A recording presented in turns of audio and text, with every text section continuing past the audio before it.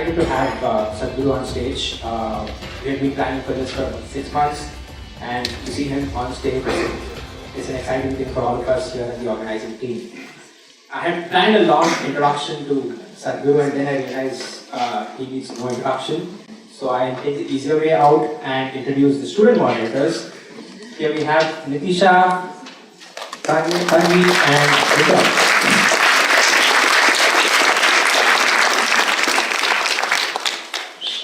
Nitisha and Vikram from the Harvard Kennedy School and Tanvi from the Harvard Business School. They're prepped up, all set, and here we go.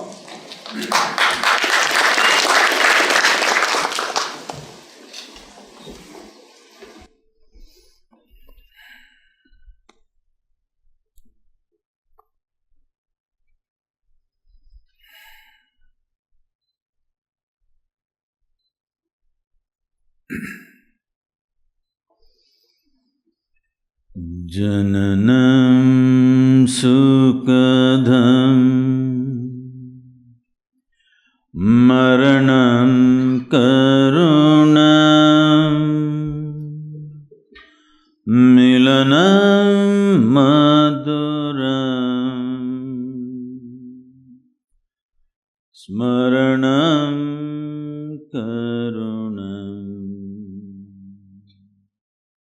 Kalavashadiha Sakalam Karunam Samayadipate Akilam Karunam.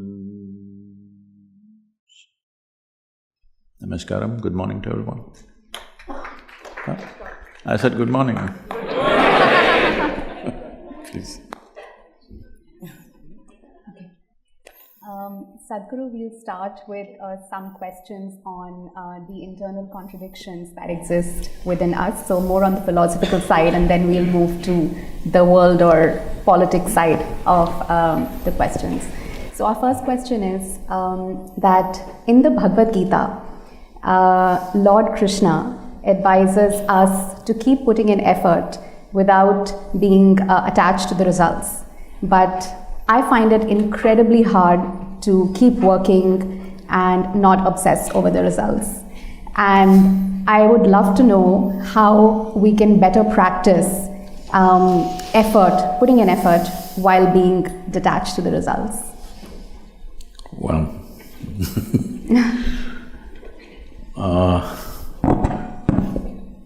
I am not in any way well studied about any scripture.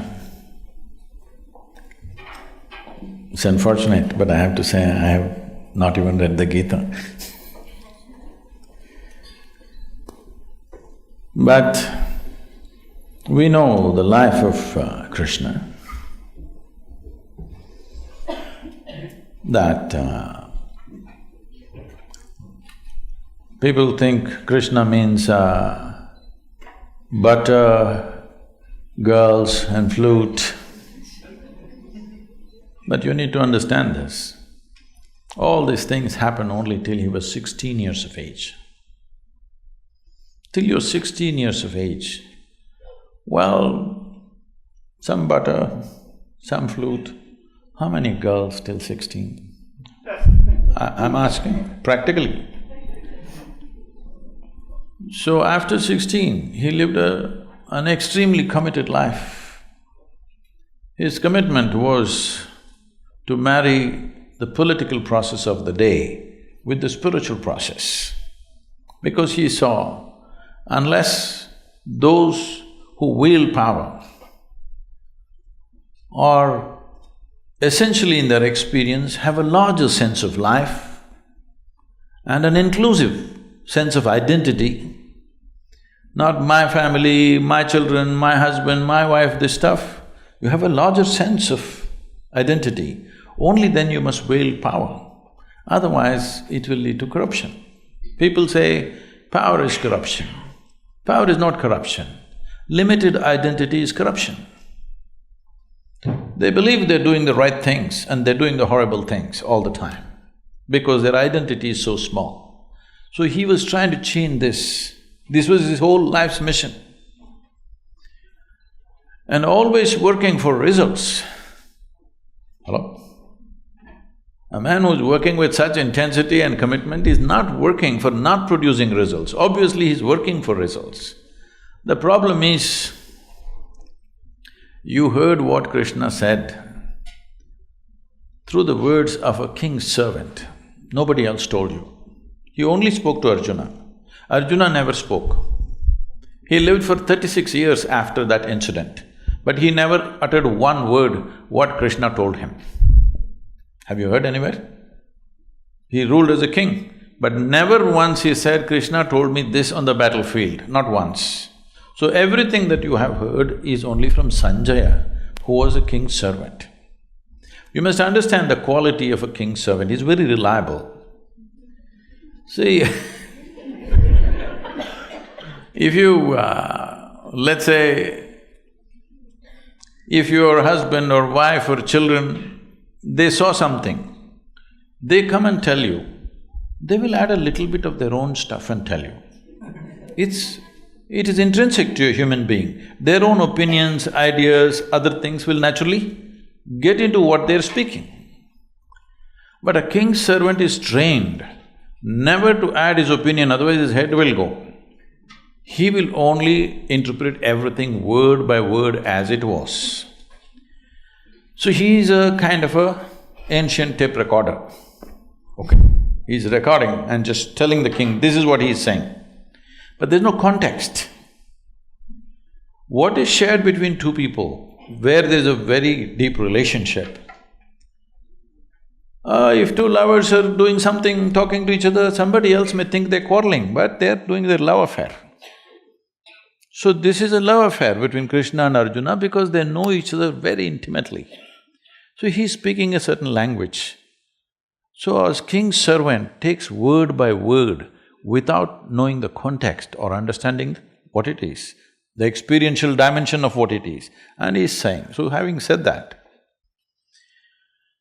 see, essentially it is just this, whatever you wish to do in your life, you have goals. What kind of goal will you set up? Right now you're in the university. What kind of goal will you set up? What you already know, you will exaggerate that a little bit and think it's a big goal in your life. Generally, people call this an ambition, I call this a constipation. Because you're trying to handle life little by little, just like constipation.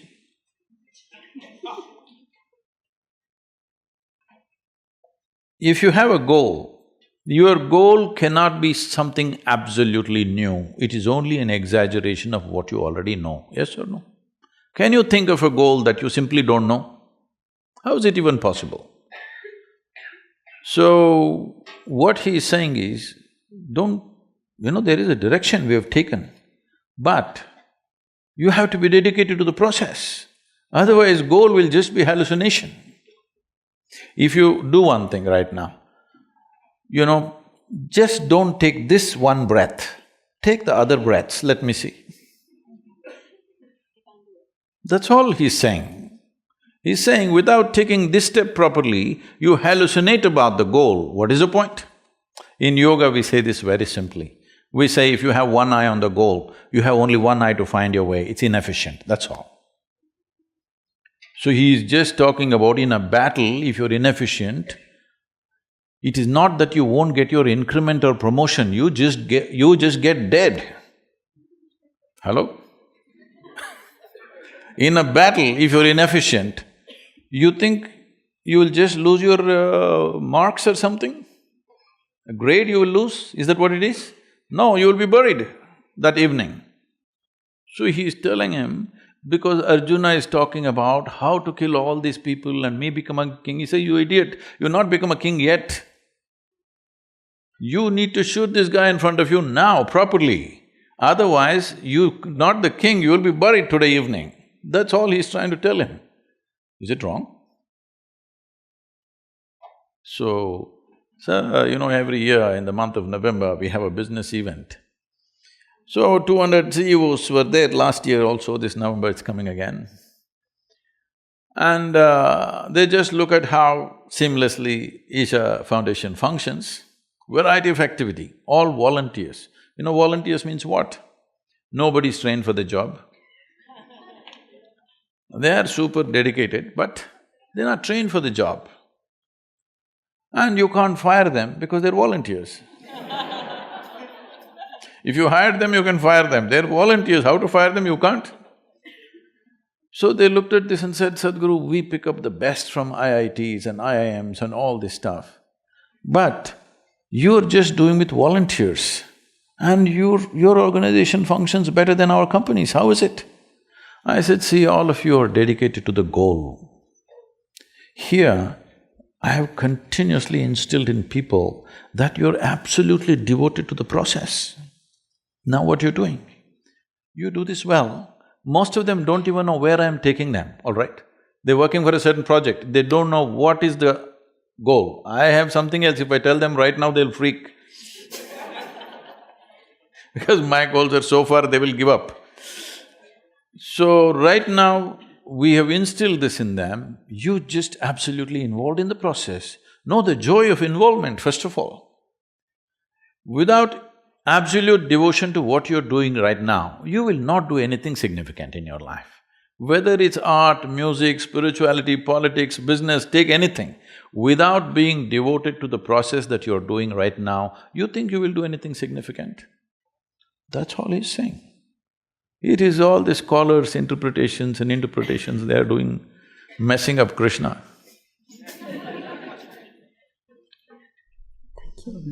Taking forward the theme, Sadhguru Gade, about the process inside and work outside, when we look around the country today, we see so many problems affecting our fellow Indians: poverty, discrimination on the basis of religion, caste and inequality. And of course, when I look inside myself also, there are problems. I'm very far from having a good process, I'm definitely not a yogi. And so, what is the relationship between this work which I need to do inside and the work which I need to do outside? Can I do both? Do I need to do one before the other? How can I go about… because I don't feel like accepting that I can do either one or the other. See, if you want to lift this tumbler, this amount of water, at least you need that much of strength, isn't it? You may not be a heavyweight lifter, but at least this much muscle you must have. Can I have water, please? Thank you.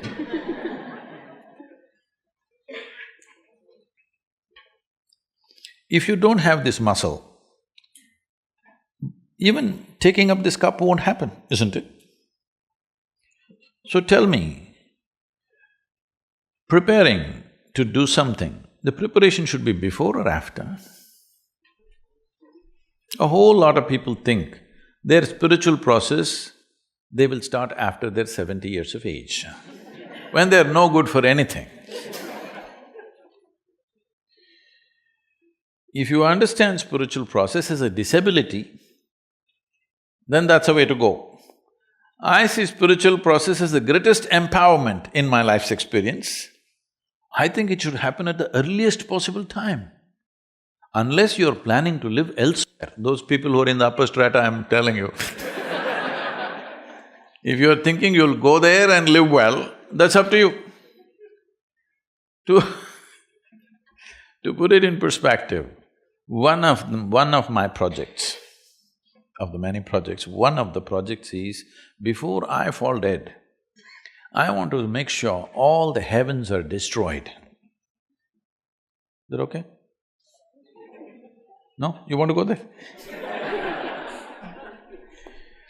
Because I want to destroy the good food in the Hindu heaven. I want to make sure that people eat good food here. I want to destroy all those angels who are floating up in the clouds and heavens. I want angelic people to be here. And of course, I want to destroy all those virgins up there. Because the very idea that there is a better place to live than this is a crime.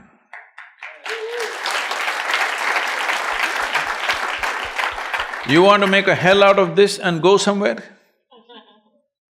So, this is the fundamental issue. The issue is just this, if you want to do something, what can you do? You can only do what you are. Can you do something more? Can you?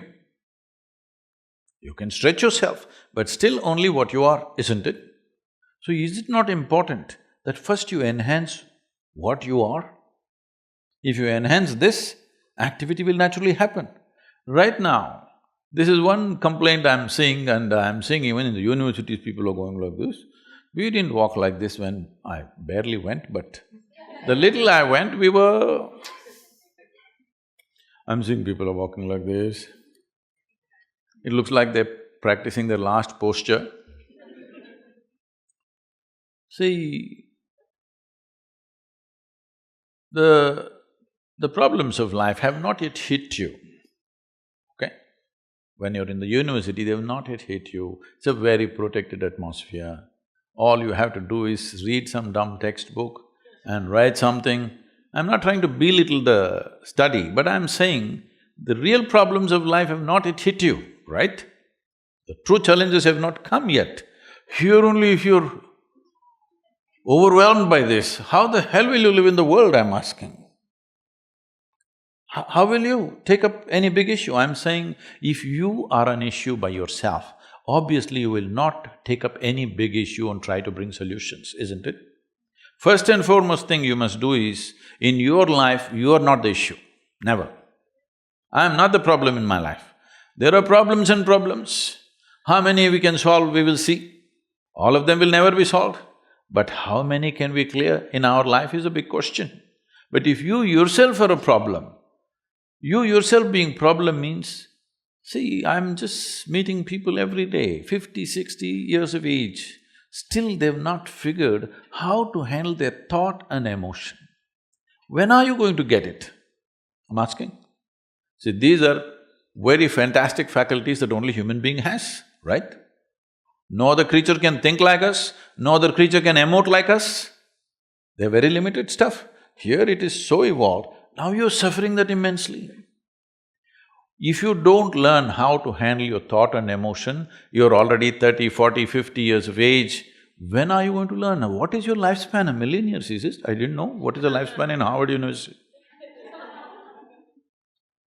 Is it not very important that by the time you're 12, 15 years of age, you know how to handle your thought and emotion? Otherwise, you're a bloody issue all the time.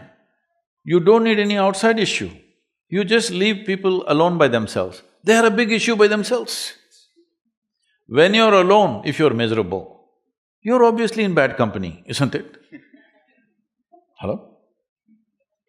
So if you don't settle this, if you step out, well, you will go about blundering and messing around all the time. It looks like you're working for a solution, but when you are a problem, you'll only spread problems. It may look like a temporary solution. This is the reason why after 1,000 years, we're still talking about the same problems. Obviously, we've not solved it, isn't it? After 1,000 years, if human beings have the same problem, that's very stupid, isn't it so? Only the phones are getting smarter, you know. Phones are getting smarter by the day. See, if you have to call somebody, he's very smart. When do you do that? When you find him smarter than you. Yes or no? Only then you say, oh, he's very smart. So when you call a phone very smart, it's a statement. So can I do these things both together? Because enhancing yourself is a limitless process.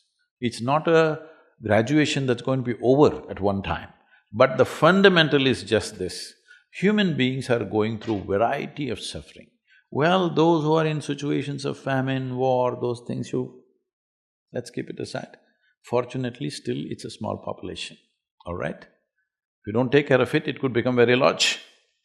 That is one thing, we will keep them aside. Krishna is talking about even they're not being bothered on the battlefield. That's a different matter, I won't take you that far. We will give a margin for them.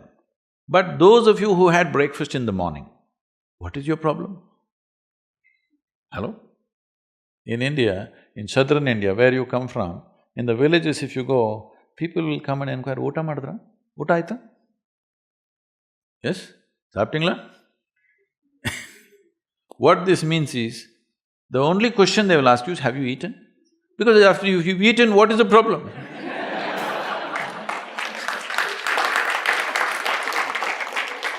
No, no, for most human beings, if they've not eaten, there's only one problem, food. The moment they eat, they have 100 problems.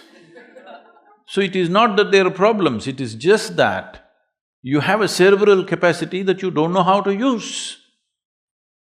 Yes? If you're alone and you're feeling miserable, what does it mean? Your intelligence has turned against you. Once your intelligence has turned against you, you pray and call whatever forces you want, no damn thing is going to work for you, 100%. If your intelligence turns against you, you are a finished case, isn't it? Huh? All kinds of sufferings on a daily basis. What do you think they're suffering? When is the last time somebody poked you with a dagger? Never happened to you, isn't it? So what is the suffering? You're poking yourself all the time, endlessly. Oh, of course you have good reasons for that. There's no reason, it's just dumb stupid, okay? Yes, it's just dumb stupid that you're constantly poking yourself and you think it's being intellectual? Not at all, you just don't know how to use the sharpness of your intellect, that's all it is. Instead of using it towards a solution, you are making a big problem out of it. You think you're suffering life. No, you're only suffering the two most significant faculties of being human, which is a vivid sense of memory and a fantastic sense of imagination. This is what you're suffering. You suffer what happened 10 years ago. You suffer what may happen day after tomorrow already. What does this mean? This simply means you're suffering your memory and imagination. You have no contact with life because your psychological structure has become larger than the cosmic structure. This is your problem. This must be settled. Especially if you're going to get into public life, it's very important you settle this damn thing that you are not the problem. You're never the problem. Outside problems, according to our capabilities, we'll do our best, that's all there is. Sadhguru, one question on karma. She's So, can good karma cancel out bad karma? And what did you do today? I'm asking for humanity, not for myself. And is our life predestined or can we change it by karma? And what is good karma?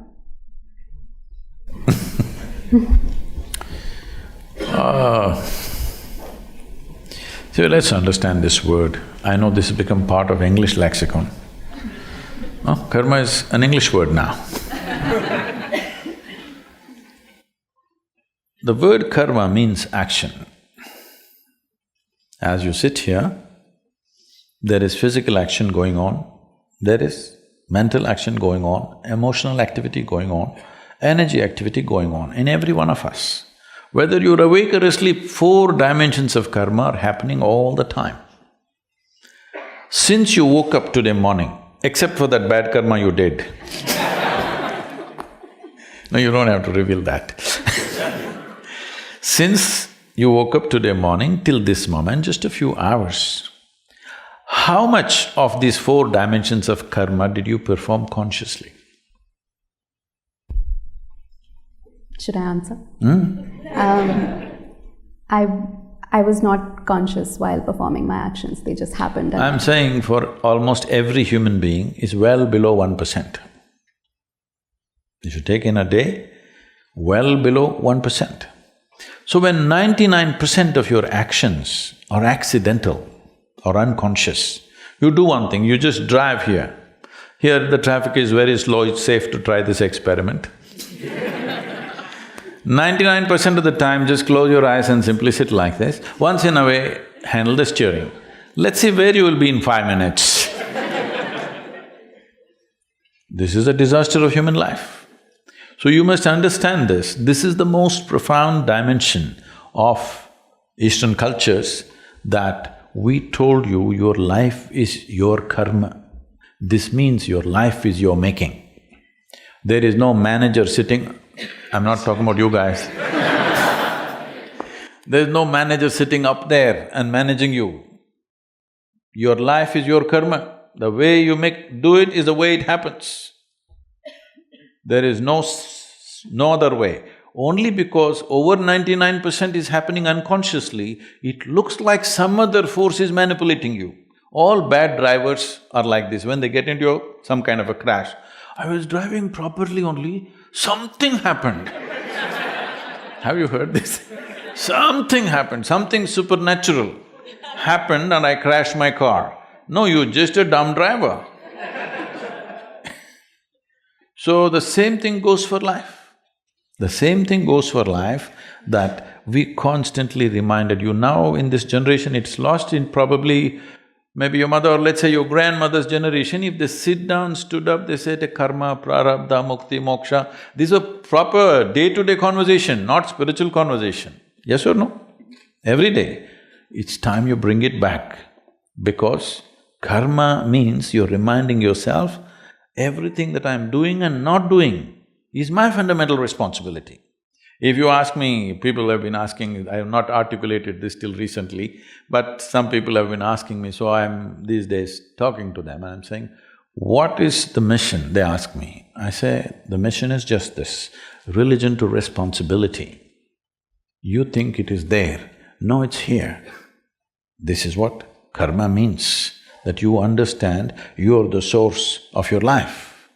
Is there no other force working in the universe? Yes, it is.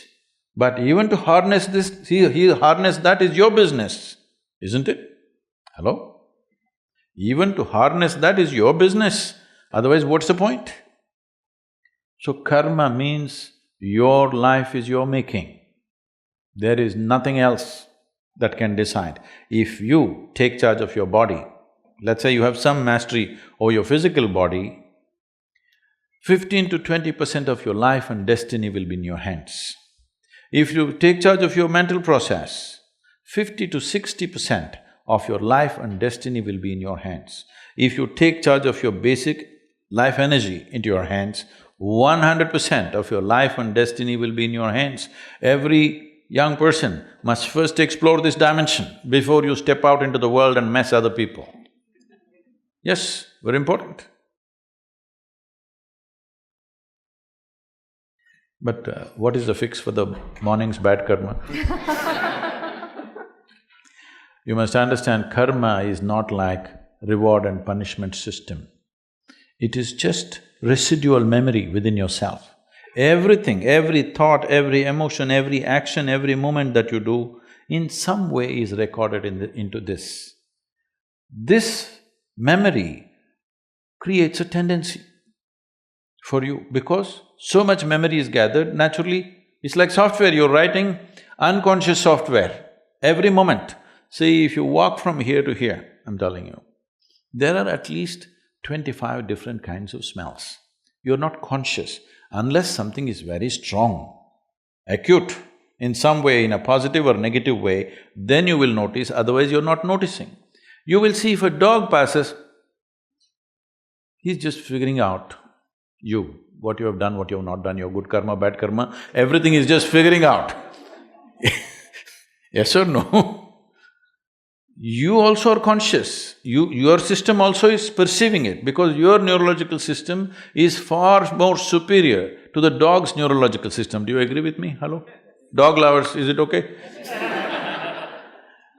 Human neurological system is far more advanced than any other creature, you also capable. But because of cerebral activity, you're missing it. You do one thing, just go live in the jungle for some time, you will see suddenly your sense of smell. You just know everything just by raising your nose a little bit, sticking your nose out, you just know what's coming, what's going. You will see in the villages in India, they'll say it's going to rain today, you understand? Nothing, no sign of rain, no cloud, no nothing. He'll simply… and he'll say it's going to rain today, and it will, because the changes are happening in the atmosphere. So, because of this unconscious nature, if you walk from here to here, these 25 smells, for example, are all recorded in the system. And all like this, visual inputs, audio inputs, everything is recorded. Depending upon the type of material you've taken in, slowly you'll develop an unconscious tendency. Suddenly you'll like this, not something else, because of the kind of inputs you have taken in. These tendencies, traditionally, because you're from the scripture, traditionally we call this vasanas. Vasana is a very good expression because vasana literally means smell.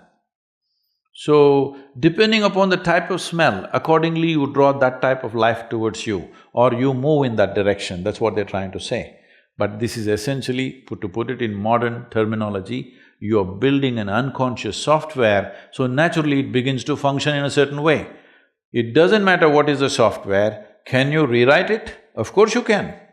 That is also your karma. So will you allow unconscious activity that you have performed to rule the nature and destiny of your life, or will you make sure it is the conscious activity that you perform which will rule the destiny of your life? This is something you have to decide.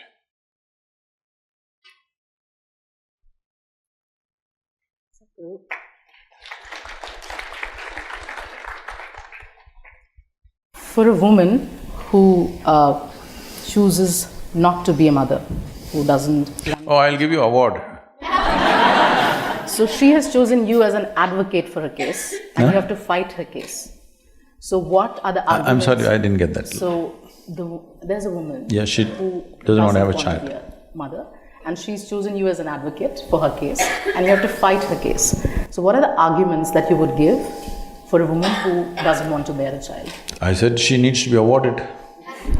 I've already announced in India, young women who are capable of childbearing chose not to do it, we will institute an award for them.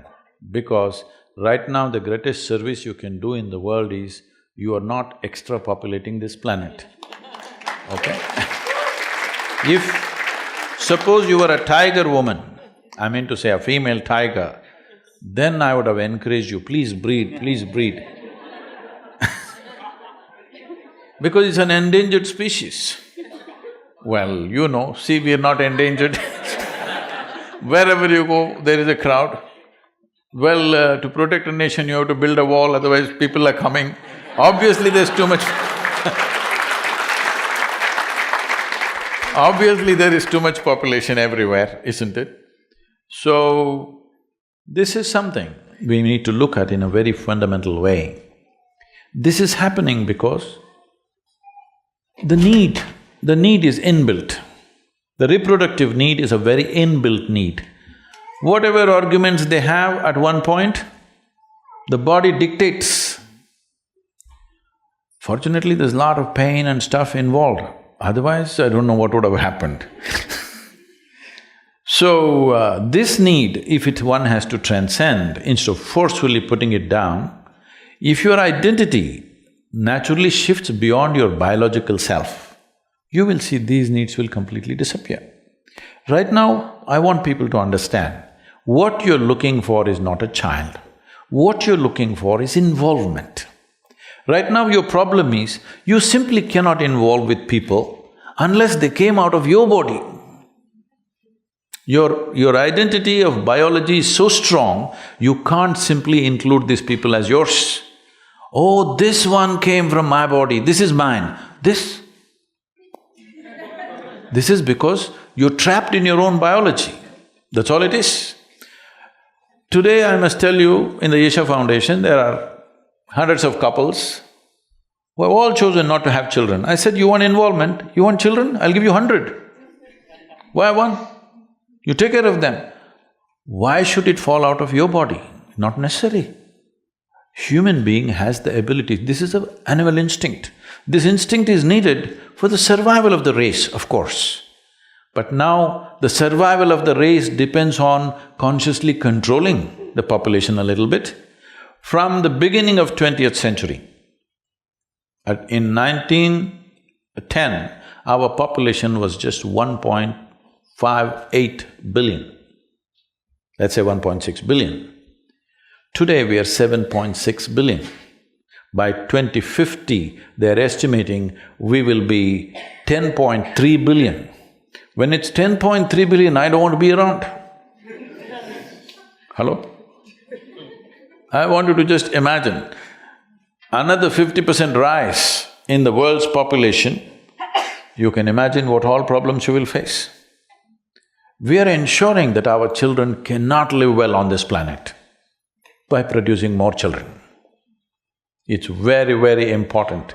We must understand why this has happened is not just because of unbridled reproduction. No, that is not true, it's controlled. It is simply because our life expectancy is extending itself, it's fantastic. For example, in India, when the British left India, our life expectancy was 28 years. How many of you are over 25? 28, I'm sorry. So you're all dead. That's what it meant, I want you to understand, 28 years. Today it has reached 70. It's a phenomenal achievement in 70 years of independence. So, when we take death into our hands, should we not take birth into our hands? I'm not propounding any philosophy, I'm just talking simple arithmetic. Hello? When we take death into our hands, should we not take birth into our hands? If we don't do that, if we do not consciously contain our population, nature will do it to us in a very cruel way. You want to wait for that day? You can. But being human beings, it'll be nice if we do it consciously, isn't it? I personally feel, Sadhguru, that there's this phenomenon of castration anxiety in India. I'm sorry? Castration anxiety, something related to male ego. We see that this male ego has… Where, in Harvard University? They've been castrated? It's kind of everywhere. It's kind of everywhere. So, this male ego has been somewhere, hidden behind the rapes that happen, the sexual harassment that happens, a lot of gender disparity. I wouldn't say this is the only reason, but it's somewhere hidden behind, and we never address it up front. And all of these acts are acts of shame, but there is a sense of pride associated with it. How can we change the sense of pride to a sense of shame?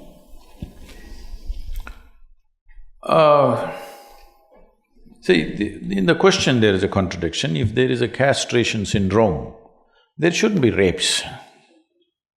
There are rapes means they're not been castrated, obviously. Yes? So, we need to understand this.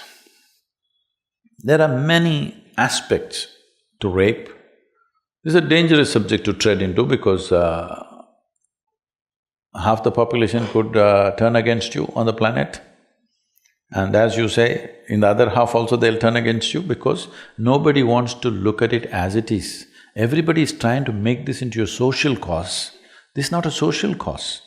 This is a very fundamental thing. Why is this happening? We need to look at it in a more fundamental way.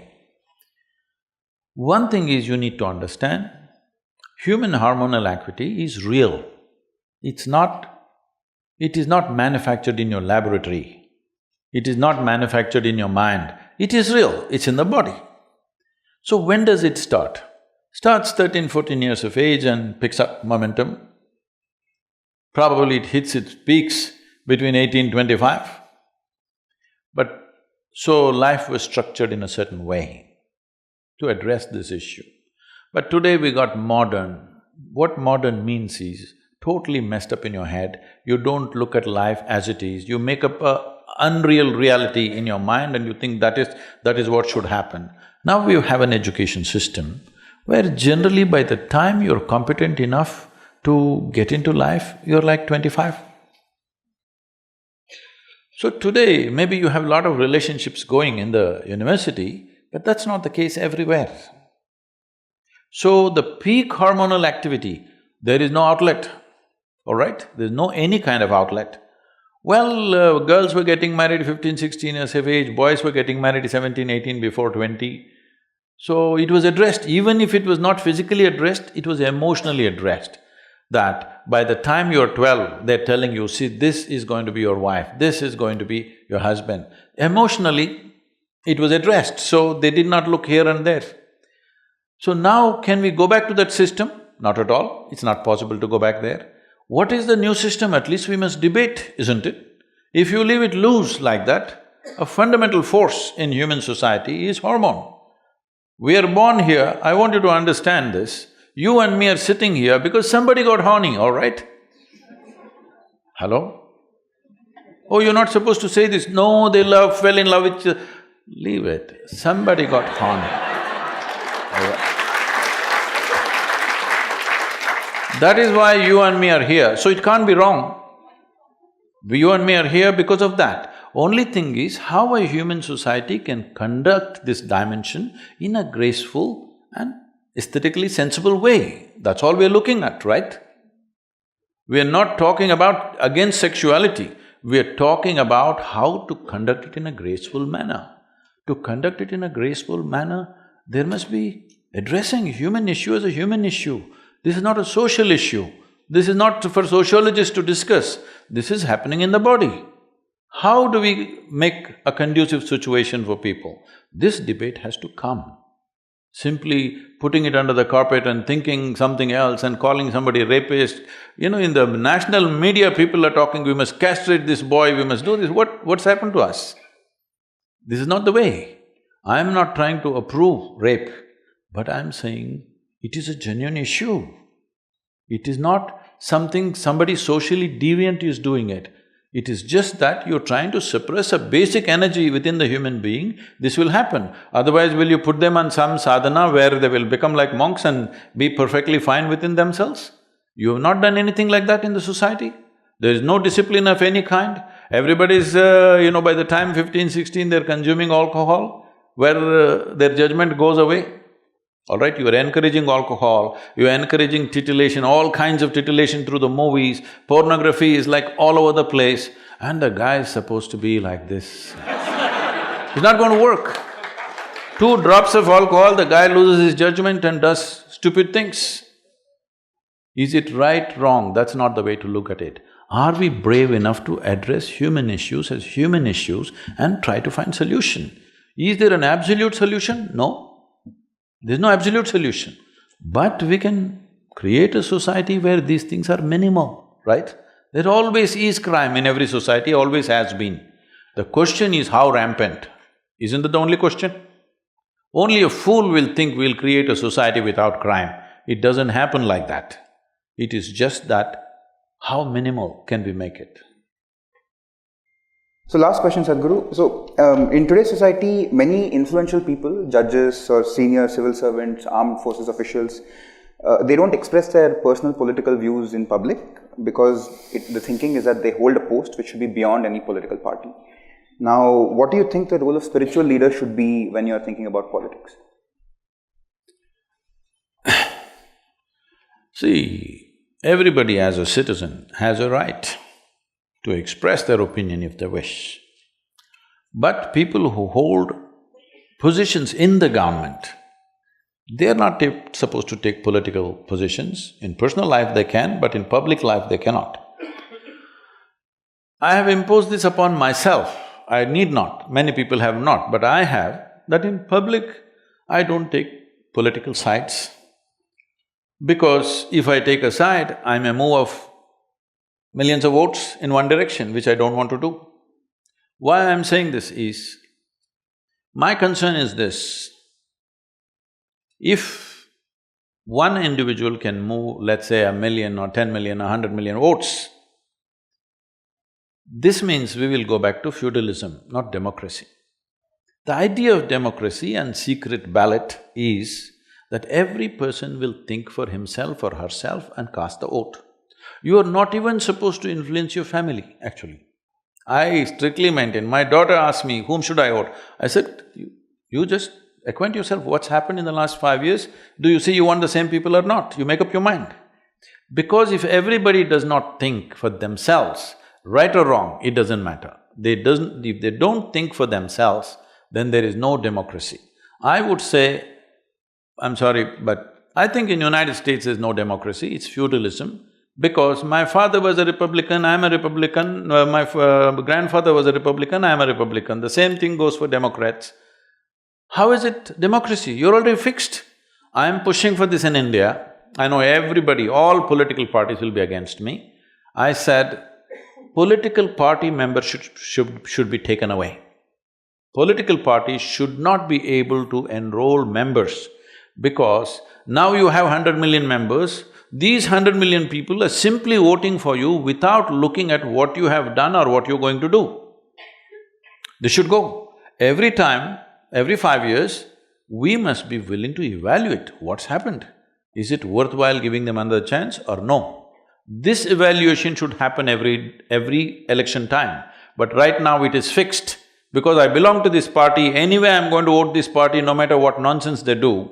This has to go. This is just feudalism. You've destroyed democracy. So as a part of that, I have taken a stand that I will never publicly give a call, this is the way to do.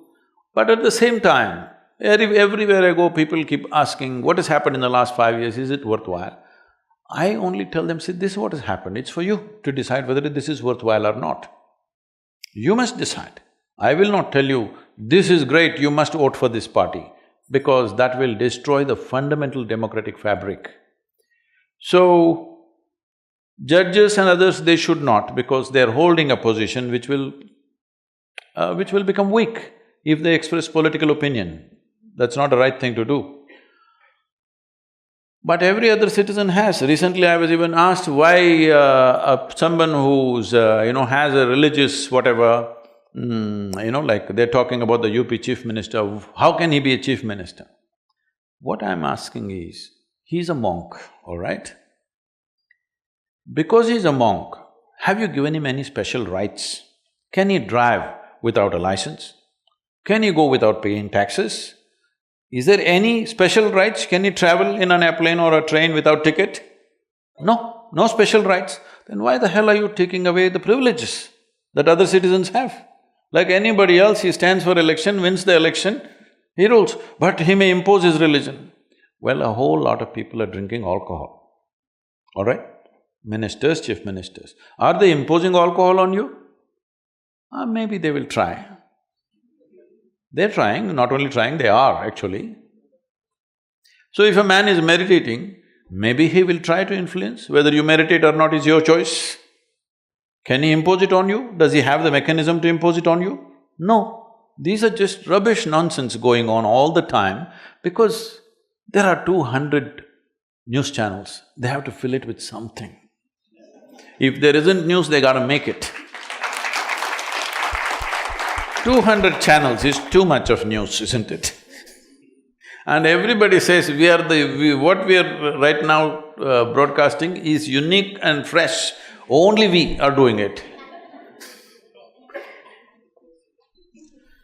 I would have loved to ask a follow-up question, but I think we're out of time, so let's open it up to the audience. So let's do this. Let's take questions in groups of 3, and then Sadhguru can choose how to club them and answer whatever. I normally answer every question, so just give me one at a time, huh? Sadhguru, you speak so logically and it makes sense to me. But at the same time, you're celebrating the religious festival of Mahashivratri in a grand way at the Isha Yoga Center. For a young person like me, these religious festivals seem like outdated rituals. So I want to know, what is the relevance of Mahashivratri to the youth? Thank you. What kind of festival would you like, first of all?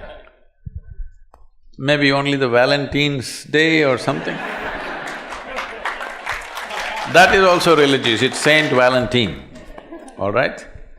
So what is Mahashivratri?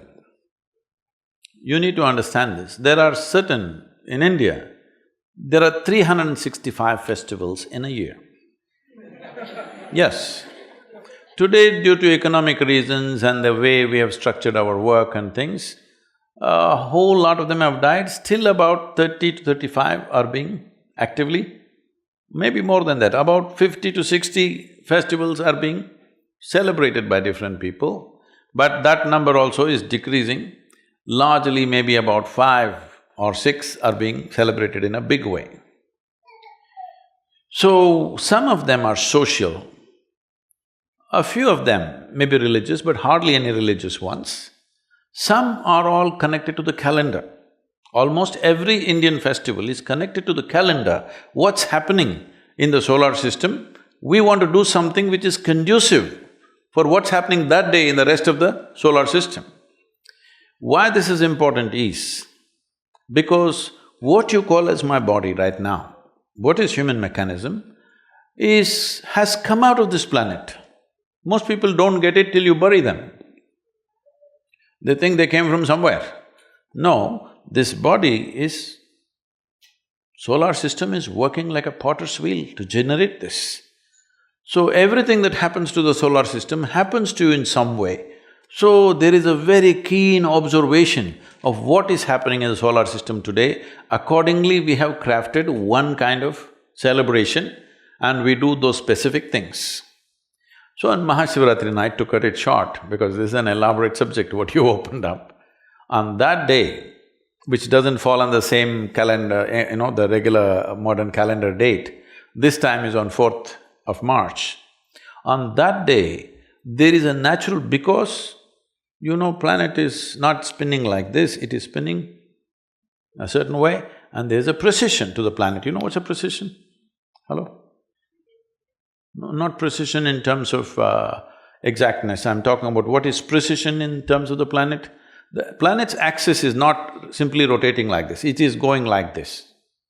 It is a wobble, there is a wobble to the planet always. Because of that wobble, it creates a certain kind of situation on the planet. So on that day, especially in the northern hemisphere or only in the northern hemisphere, there is a natural upsurge of energy.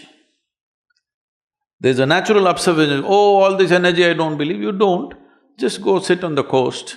If there is a full moon night, is the ocean rising?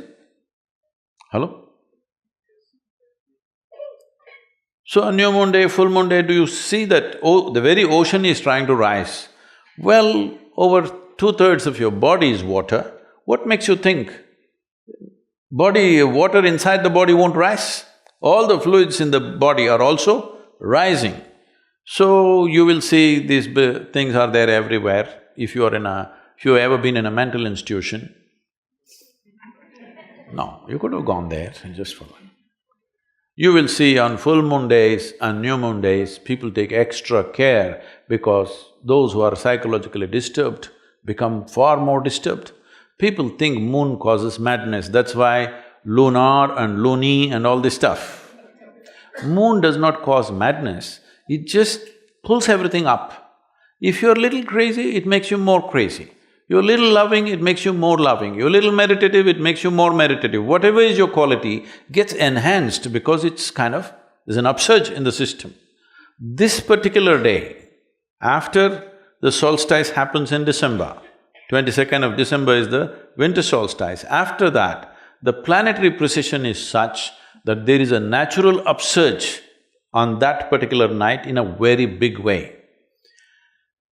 If on that night, if you lie down, this means when the energies are trying to move like this, you're kind of obstructing it.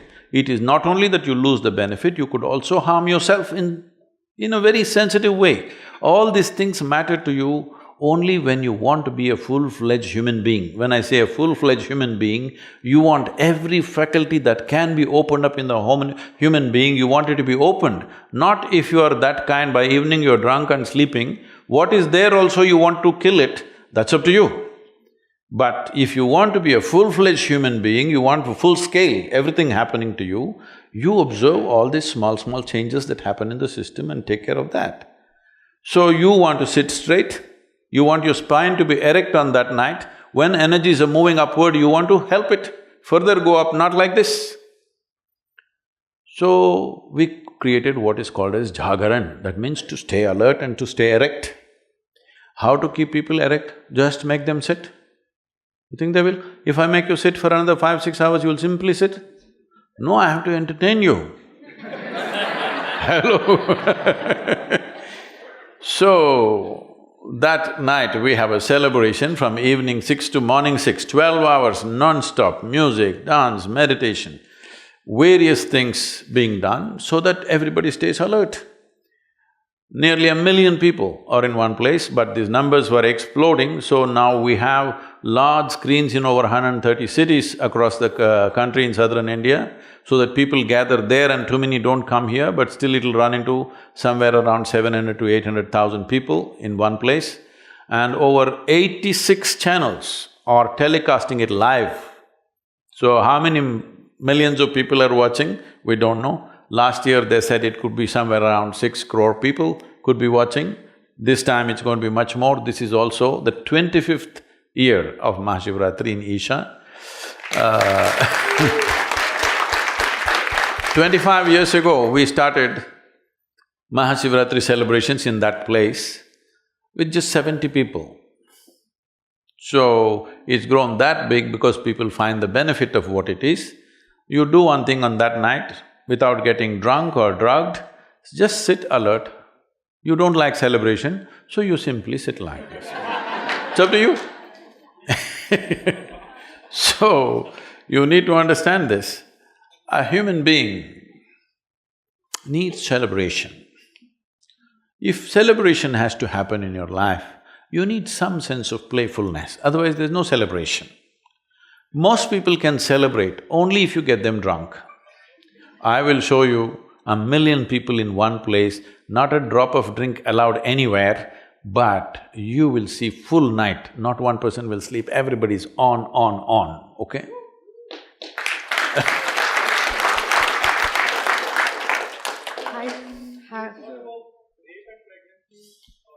Go ahead. Please, wait for the microphone, please. Hello, please wait for the microphone. Could If someone everybody hand him- goes off like that. Could someone hand him a microphone, please? So I have a question for you. And Sorry, thank you so much. one moment, ma'am, one moment. Okay. The gentleman. Sadhguru, your thoughts, I would say, or I could say your answers about the questions on pregnancy, or whether your thoughts on like what it means for women to bear children or not bear children and the choice thereof, was a beautiful answer. I could Please, relate to everything just come that to you're the saying. question, time is very… The context is slightly necessary, I'll keep it short. And your answer about rapes and increasing cases of rapes, or them being sort of a social crime, but also there's an association of pride, etc. That was a question. And both the answers in and of themselves were honest answers, but together… Hare, this is not a commentary, just come to the question. But together, is it possible that there was in your two answers perhaps unconscious bias or double standard? Because in the answer to pregnancy, you said, oh, it is just your primal instinct, your biological need for an identity to care about a certain person, you should grow beyond it. And in your answer about rape, you said, oh, humans have this I know what I have said, hormonal please. urge, and we are I not… know what there I is have no said, out- why don't you just ask the question? Huh? So the question I is… know what I have said. Is it, Just come to the question. is it possible that in these two answers there is perhaps a subconscious bias, or am I reading it wrong? Those two answers to me seem like, All right. oh, this is biological, let it go. Oh, this is biological, it won't go. I think you've made your point, so let's hear Please. the answer. Oh.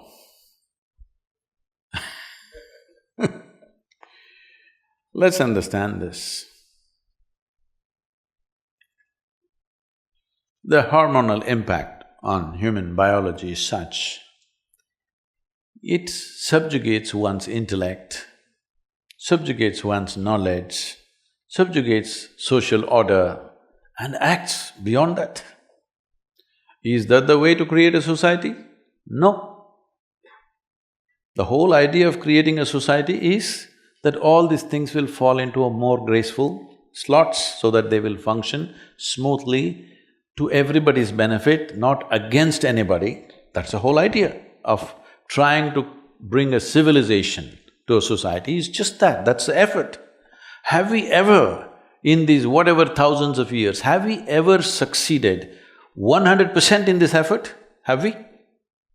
No. At certain times, these things have been well handled, at certain times they've been badly handled. Only thing we can do is, how well can we handle it in our time? That's all there is in our hands. You're thinking of these things as some sort of absolutes. These are not absolutes. Don't think there is a man who is a rapist and there's a man who is no rapist. It's not like that. It's just that when he goes out of control, he will do ugly things.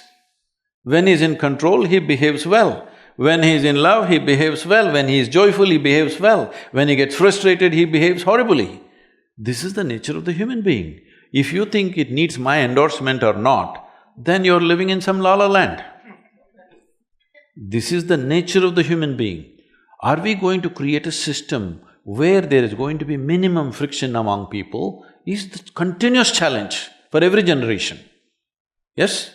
It is a continuous challenge for every generation. No generation has ever arrived at one perfect system that it worked absolutely for everybody. Always somebody was exploited. If you don't know the reality of the existence and you're living in some other psychological state of absoluteness, then that's not the point. But pregnancy is a choice. And especially now I wouldn't have said it's a choice 100 years ago, because it just happened. Just the hormonal thing happened. But pregnancy is a choice. Even if you're sexually involved, still you don't have to get pregnant. That is possible only for this generation. If you do not understand the impact of that, that is the biggest thing that's happened. For women, that's the biggest thing that's happened. That is, there is birth control, that one can exercise their choice whether I want to go into it or not go into it. So, that is of a different kind, this is of a different kind. That's why I said, if you want to bring both of them in one category, you come to me, I will initiate you into brahmacharya, I'll give you sadhana, you do that, both will be by choice.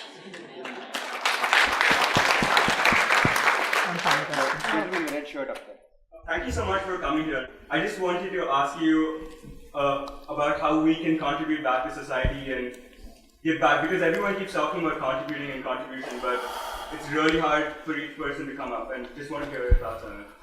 See, when I talk about giving back something to you, that means I have stolen something from you already. Please don't do that. If you don't do the first act, the second act will not be necessary. As a part of this, we have started this conversation in the business world. It's still picking up momentum, but not enough momentum. I'm talking about structuring businesses in such a way that you understand, in any transaction, you're talking about sustainable business. Not only ecologically, the business also has to sustain as a business. If any relationship has to sustain, it must be beneficial for both the parties. Whether it's marketplace or marriage, I want you to understand, you're not, but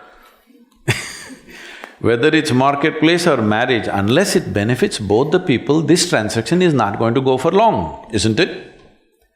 So to build a business in such a way that always it's beneficial for both the parties, if you do, first I don't have to take it and then at the time of retirement I want to give it back. What is this? This is like the old, even the mafia and Robin Hoods who steal from other people also give it to people because otherwise they cannot survive. So first don't take it and then try to give it back. Why? Why can't our life process itself is useful to everything that we do? Why can't businesses be built in such a way that it's naturally beneficial to everybody? And if you make this happen, if you structure… Today a lot of impact businesses are coming which are all thinking on these terms. It is still not large enough as it should be, but it's beginning to happen. As a part of this, right now one of the biggest problems we need to address in the world in the next few years is going to be migration. It's estimated nearly 1.5 billion people will migrate in the next 5 to 10 years' time. When 1.5 billion people start moving, not one wall, people will try to build walls everywhere. And wall is a solution only till the tide is of a certain level. When the tide increases, it'll fall over the wall. It will. I'm not just talking about one country, I'm saying everywhere. So what is the solution for this? This problem is just this, right now, nearly 80% of the world's investment is probably in approximately 25 to 30 cities on the planet. This needs to spread. If investment has to spread, who will risk spreading their investment to a place which is harder to do business? You have to create a fund which will allow a little more easy money. If you want easy money, you must invest it in impoverished societies.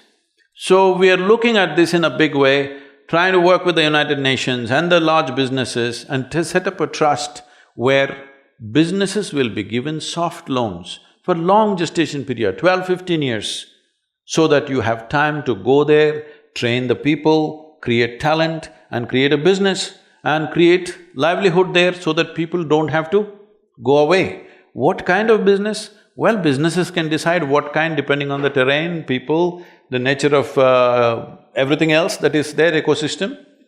But if we don't do this now, that if we don't spread the world's investment into various areas, you will see when one segment of population is living with so much comfort and well-being, another segment has nothing, you cannot control it. All these years you controlled it because there was no transportation, you understand? Now everybody has transportation. One way or the other they will come in. One way or the other they will come in. It doesn't matter what kind of barriers you put up, in the next 10 years' time, they will come anyway unless you put investments in various places and create livelihoods. The businesses have to be structured like this. Young people who are studying business, you must think of solving world's problems rather than just thinking of some fanciful ambition. Your ambition, whatever it is, I want you to understand this. You will realize this as you go with your life, but if you realize early, it's better. In terms of activity, whatever activity we perform in the world, how deeply we touch another life is the most profound satisfaction of activity. That's the purpose of activity, really. Do you want to write a book that nobody wants to read? No. Do you want to cook something that nobody wants to eat? Do you want to build a building where nobody wants to live? When you do something, you want it to touch somebody's life. So if this is the thing, the young people who are going into business, you must think on these terms. How to impact maximum number of lives and where can we do it? If we don't create this opportunity and allow migrations to happen, you will see terrible things happening when people migrate. So you must understand this. Right now, between Africa and United States, at Spain, Italy, all these places, every year, thousands of people are drowning in the waters. They are not reported. Media will not report that. Nobody wants to report that because they're unwanted people. But some deaths will be reported. Deaths are reported. Is anybody capable of reporting the human suffering of leaving their homeland, dragging their women and children and going somewhere? That suffering, can anybody report ever, I'm asking? Is death the only thing that matters? Human suffering matters, isn't it? Human suffering cannot be reported by news media. Only if deaths happen, they will say 100 people died, 200 people died, but that is not the real thing. Those thousands of people who left their homelands where they have lived forever and coming and desperately looking here and there, losing their wives and children and husbands and searching here and there, this is not a small thing. This is going to scale up in a tremendous way if we don't spread investment, if we don't spread businesses into societies which are stuck in poverty right now.